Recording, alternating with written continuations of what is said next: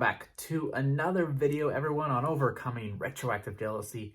My name is Matt, and in this video, I'm going to talk to you about what it is like to overcome retroactive jealousy. What does it feel like after, in my case, I spent 13 years suffering through all my relationships and to finally be free? What does it feel like? What have I learned? I want to talk to you about that in this video. Now, before we get started, if you could take a quick moment, go ahead and destroy the like button. That'll help get this video out to more people and help support this channel's growth as well. And also subscribe to this channel if you have not done so already. And check the links in the description below for my courses and one-on-one coaching programs that I have available for you when it comes to retroactive jealousy. So what is it like? What is it like to overcome retroactive jealousy? And it's a very freeing experience, I'll say that. So here's my kind of take on everything. And again, I suffered for 13 years. All of my relationships that I had, I suffered. I even had a longer relationship where I started getting better in the middle of the relationship, and then we broke up. And then about 6 months later, I got into another relationship, and bang, the RJ started up again. And so like I knew, firstly at that point, I thought this was all an external thing. I thought, they shouldn't have done anything in their past. And the reason I feel this way is because they did these bad things, and how dare my girlfriends, shame on them. But of course, that's not how it works. Like, it's all inside, it's us. It's an internal game for us. So when I finally met the woman who's now my wife, and I knew like I wanted to be with her so bad, and then the RJ started coming up again, like I knew I had to do something. I knew I had to put an end to this. I knew there had to be a way out, whatever it was. And so I started just developing the daily habits, everything I talked about on this channel, not exploring the thoughts, meditating daily, mindfulness techniques, everything like that. I didn't ask more questions. Things that I thought I really needed to know are still things that I don't know to this day, and I don't even remember what it was that I really needed to find out. Like, that's how unimportant these things become when you don't have all these adrenaline responses attached to these thoughts. And so for a few months in there, towards the end, I got very, very badly. And I've said before, I had suicidal thoughts. I just had thoughts of how can I continue on with this life. I avoided every situation possible. My anxiety was through the roof. I'd have panic attacks, anxiety attacks, all sorts of things. And it was just very, very hard to live each day with that. And I continued to put in the steps that I knew what I thought to do. Even on my worst days, I still did the steps. No thought exploration, no compulsive behaviors. Every day I meditated right when I got up in the morning before I started my day, and just kept pushing that envelope.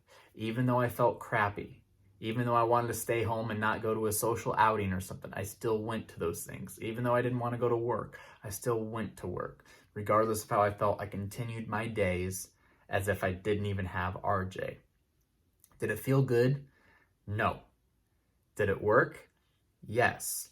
And so over time, this would have been around September of 2017. Over time, there was about a week period in there of 1 week where things got progressively better very, very fast. And it got to the point where I was very anxious throughout my days, very anxious. And the next day I woke up, still felt pretty anxious. But then I noticed towards the afternoon, my anxiety kind of dwindled away. And then the next day I'd woke up and I didn't feel as anxious. I felt okay, but maybe I'd get triggered a little bit later and it would come back, and it was, a little bit here and there. But again, I didn't focus on, oh man, no, I'm not feeling good. Oh man, this stuff's not working. Here's what I got to do. And I'm going to keep doing it every single day for the rest of my life if I need to, but I'm going to keep doing this because I've read books, I've seen results. I know this is how other people have overcome it. And if other people have done something, then I can do it too. I'm no different than anybody else.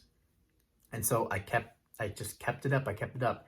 And by the end of this week, there was a point where I woke up in the morning and started getting ready for work. And I just remember thinking to myself, something feels different today. And I remember, oh, right, retroactive jealousy. Oh, I haven't thought a RJ thought yet today. I haven't been triggered. And so obviously right then when I thought that idea, boom, and a retroactive jealousy thought came into my head. And as soon as that thought came into my head, I didn't feel anxious.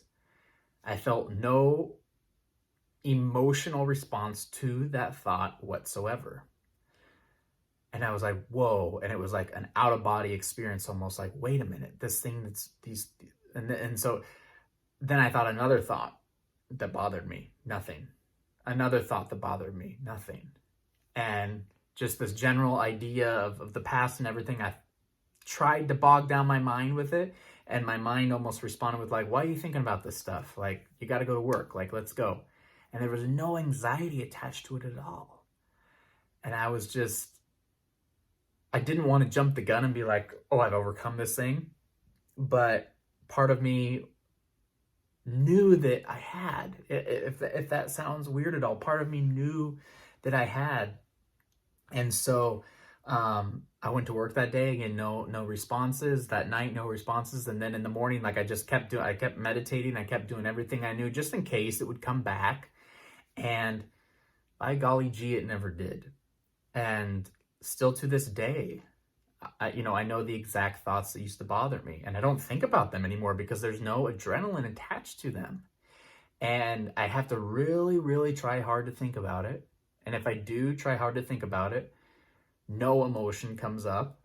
If I really explore it deeply and really get in the details like I used to, my brain almost gets tired of doing it and kind of just is not interested in it at all. And it's just kind of like, why are you doing this? Like, can we go do something else? Like, it's very hard for me to dig deep and explore when there's no adrenaline attached to anything. It's like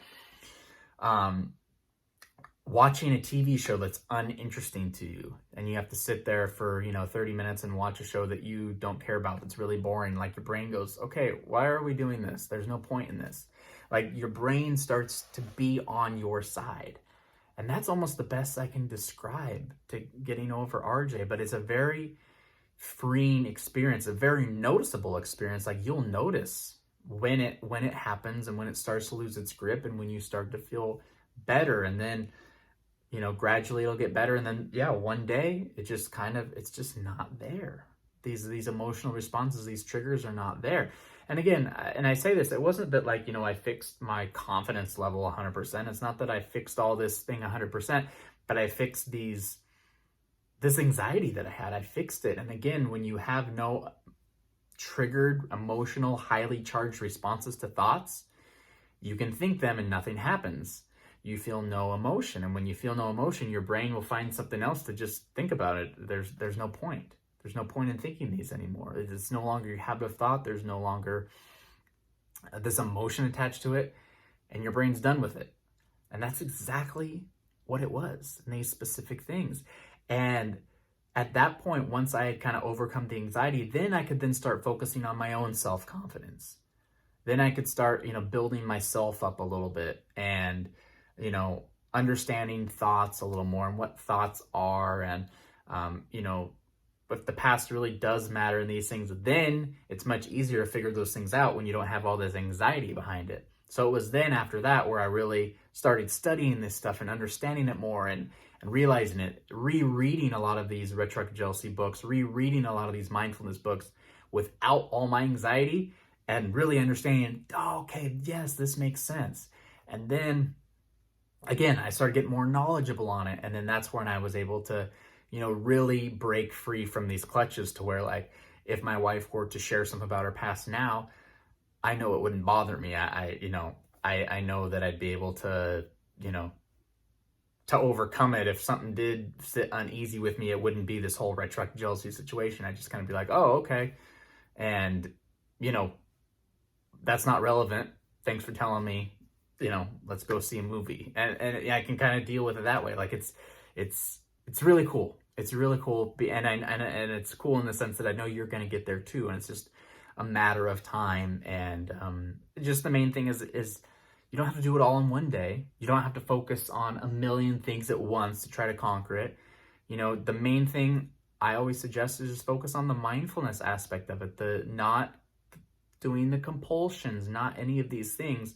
And once you can kind of tame that anxiety you have around these thoughts, it makes things so much easier for you to go and tackle the rest of the stuff. You don't have all this anxiety surrounding it.